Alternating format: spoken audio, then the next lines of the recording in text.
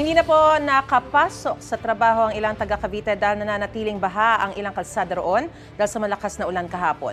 Mula sa Kawit, may unang balita live si Bam Alegre. Bam, kung saan na ngayon ang sitwasyon dyan? Maris, good morning. Abot sakong hanggang tuhod pa rin yung taas ng baha dito sa ilang bahagi ng kalye na ito sa ating likuran. Dito yan sa boundary ng Kawit at Imus, Cavite. Mula pa General Trias, Cavite, si Ramon Alnas. Maaga siyang bumiyahe para hindi malate sa trabaho. Pero absent na lang siya dahil tumirik ang motorsiklo niya sa bahaging ito malapit sa Tirona Highway sa Kawit, Cavite. Ang malaking abala talaga, abala dahil sa pagpasok mo sa trabaho, tapos babalik ka pa, tapos gagastusan mo pa itong pagpapagawa ng motor mo. May pasahero naman si Romel Rodriguez pero para sa safety nila pareho. Pinababa na muna niya dahil tumirik na rin ang motorsiklo niya sa baha. Isakripisyo ko yung motor ko, pinababa ko na lang yung pasahero. At sobra taas kasi sa gitna. Absent na rin sa trabaho si Angelo Lamanilaw dahil pare-pareho sila ng kapalaran, tirik sa baha, tulak motorsiklo. Nangihinayang siya dahil sa dagdag hassle pa ng baha sa gastusin niya. Kung bakit daw kasi hindi dama ang mga flood control project.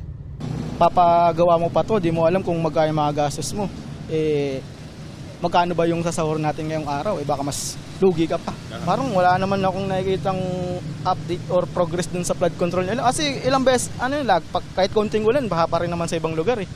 Dito nga, kagabi, ulan lang. Maghapon, baka dapat ngayon, hupa na yan. Ngayon, wala namang ulan, baha pa rin.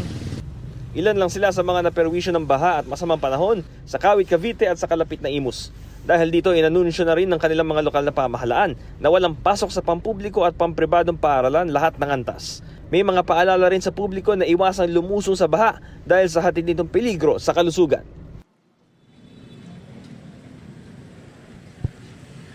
So Maris, ito yung live na situation dito pasado alas 7 ng umaga. Maaraw natin, hindi na rin umulan ng ilang oras pero ganito pa rin yung baha. Medyo mataas pa rin. At kahit may mga reminders na huwag lumusong sa baha, hindi naman ito maiwasan ng ilang mga residente na nandito na lumulusong kahit walang mga bota.